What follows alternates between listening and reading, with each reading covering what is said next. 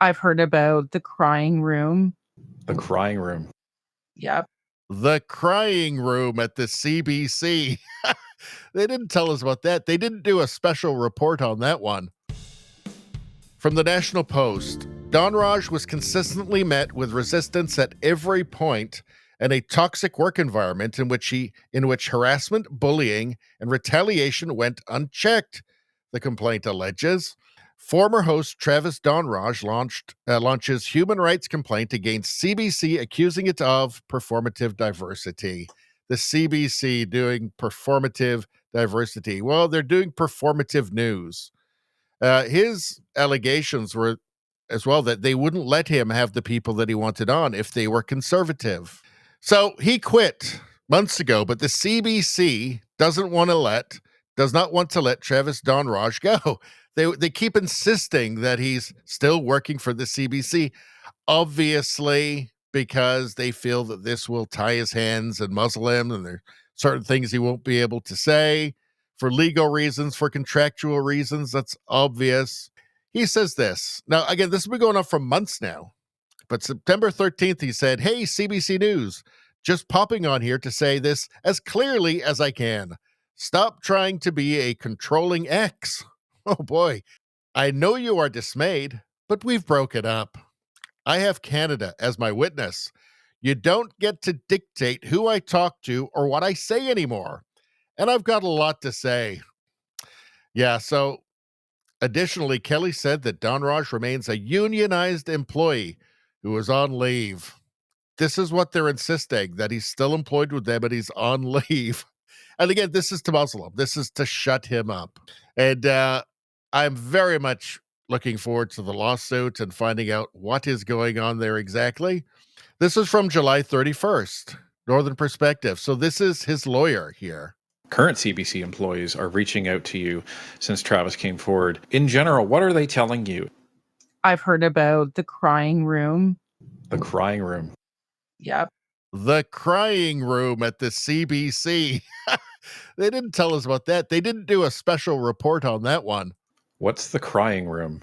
Okay, what was your reaction when you heard that? Because I'm hearing this for the first time and my mind is...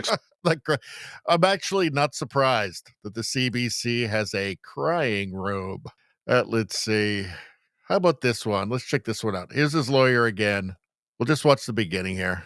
Yeah, I mean, it's a really explosive case. Look, Travis has been dealing with the CBC for a long time. I mean, he's been an employee for years, but over time, he experienced a lot of discrimination. He was dissuaded from bringing conservative voices onto the show that they gave him. And but they tell us that they're fair and unbiased and that they serve all Canadians. But they don't like real conservative voices on there, apparently. I mean, I guess they try and pass off Andrew Coyne, who is the most Trump deranged lunatic I've ever seen. Yeah, they get $1.4 billion a year for this. It's pathetic. The holier than thou CBC.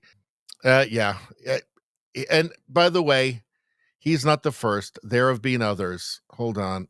So yeah, there have been others before. He's not the first. Here we have very honest testimony from a former CBC reporter. "We betrayed the public. We pushed propaganda." Propaganda, you say? Propaganda for all Canadians, I'm sure. All Canadians. Former reporter of the CBC exposed the CBC. Let's see, who else do we have here? Hold on. Watch ex-CBC producer Danya Zai cheerily spills the tea on how Canada's public broadcaster caved to immense pressure from radical Black Lives Matter activists who are burning cities to the ground and abandoning objective and neutral reporting. Now, she's in favor of it, right? So she's in favor of this. Sounds like not unbiased and objective to me. In these newsrooms, I think institutions like the CBC really do respond to public pressure, to shaming, and also to the strength of social movements on the ground. And so when these movements are strong, the journalists and editors inside also feel emboldened to reflect that popular sentiment and also to push their superiors, to push their newsrooms to do better. And we've seen this before. I mean, I was there. So she's very excited that the CBC is influenced by activists into becoming activists and not being objective and unbiased. She's thrilled about it. But that's another look inside the CBC there. Former CBC reporters detail how the Canadian Broadcasting Corporation went from a news organization to the propaganda arm of the government. What's going on here? Let's take a peek. I started noticing that something very different was happening at the CBC. Who were we to deliberately withhold information the public needed to know and had a right to know in order to make a decision based on informed consent about their health? They took an exceptional moment to decide that they would not be journalists, that they would instead be public health messengers. And the result is that Canada's national broadcaster has morphed into a state broadcaster. It's promoting government policy without question, while censoring, belittling, and shaming learned Canadians who dare to object and attempt to inform us of the truth. So, who is this again? Rodney Palmer and Marianne Klawak, May 18th, 2023, Ottawa, Ontario. Former CBC reporters detail how the Canadian Broadcasting Corporation went from a news organization to the propaganda arm of the government. So this is how the, I guess, vegan sausage is made when you're talking about Canadian state-funded propaganda. I'm very much looking forward to Travis Dhanraj's case getting into a court and finding out exactly what he has to say, and him really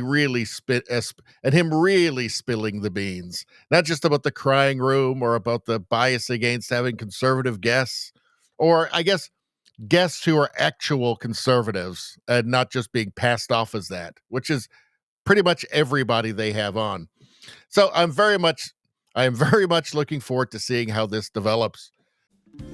Anyway, that's all I'm going to say about that. Please like, share, and subscribe. Subscribing really helps me out. I thank you for that. I will see you next time.